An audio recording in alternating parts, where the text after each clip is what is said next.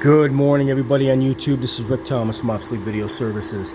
Hey guys, we have been working on this VR-7000 black and white Type A 1-inch machine, and we're doing some tests now, but we did get the audio restored, as you guys already know.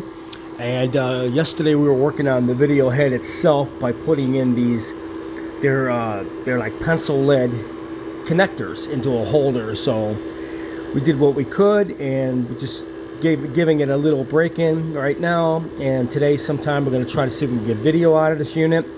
But we did get the upper stack and of the audio and the audio head connection done. So today we're going to try to do some video. Hopefully we'll have some success and we'll actually be able to start tweaking this thing. But of course this is playing real good.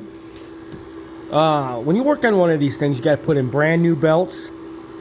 They are gigantic rubber tires on these things, which are extremely hard to get, which control your playback and rewind, fast forward, and all that stuff.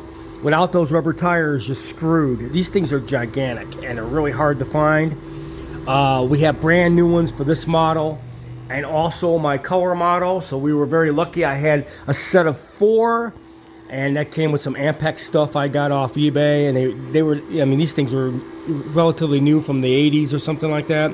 So we were able to replace all the rubber on these machines. But when you got brand new rubber tires in, the tapes are nice and smooth. You got nice tension on the tape where you're supposed to have. You have your tension knob right here, which controls your tension. You need that torque. This machine needs a lot of torque, and it's got to be spec'd when it's playing back a tape, or you get a lot of jumping around and just a lot of issues with the deck. But anyways, we did get the machine going. Let you guys listen a few more seconds for the audio, and stay tuned for the next video.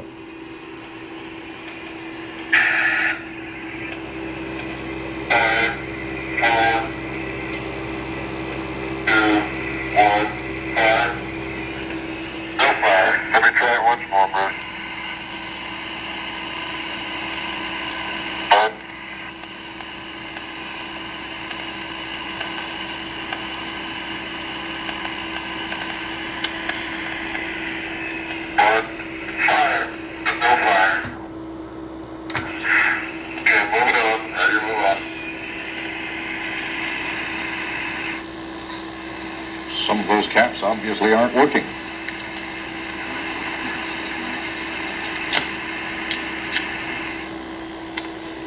Well, they've been 600 feet away from the lunar lander for about 90 minutes, and they're working with a reluctant thumper, which thumps occasionally. The third Apollo 14 crewman, Stuart Ruza, in the command ship Kitty Hawk, did in fact spot the lunar lander from his perch in space, his orbit in space, 70 miles above the moon's surface. That happened about 10:11 a.m. this morning, so he has seen them. We just haven't seen him. We'll be back in a moment after this word from Gulf.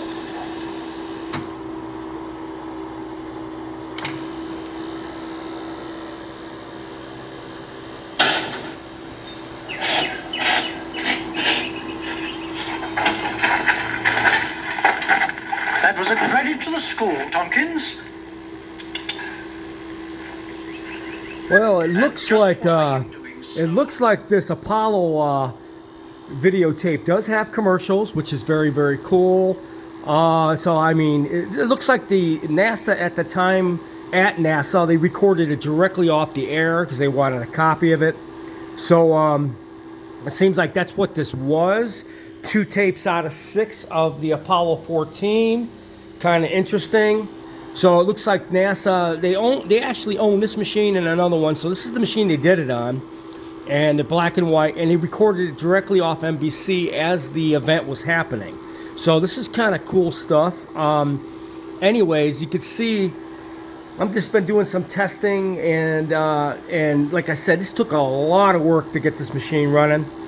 Brand new capacitors, all new rubber, all new belts, alignments, adjustments. The pads had to be redone, and I had to fix the contacts on the video head.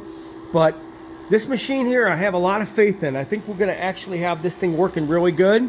But today, like I said, I'm breaking in. I put the video head back together again. Those little contacts, I'm just running it a little bit to break those contacts in so they make good contact with the video head.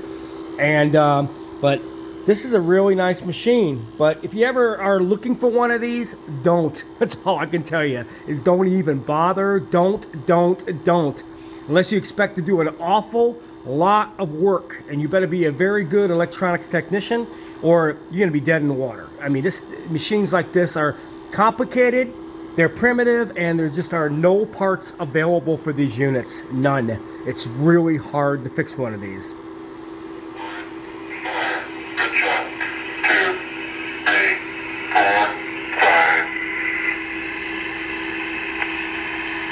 Roger, Ed.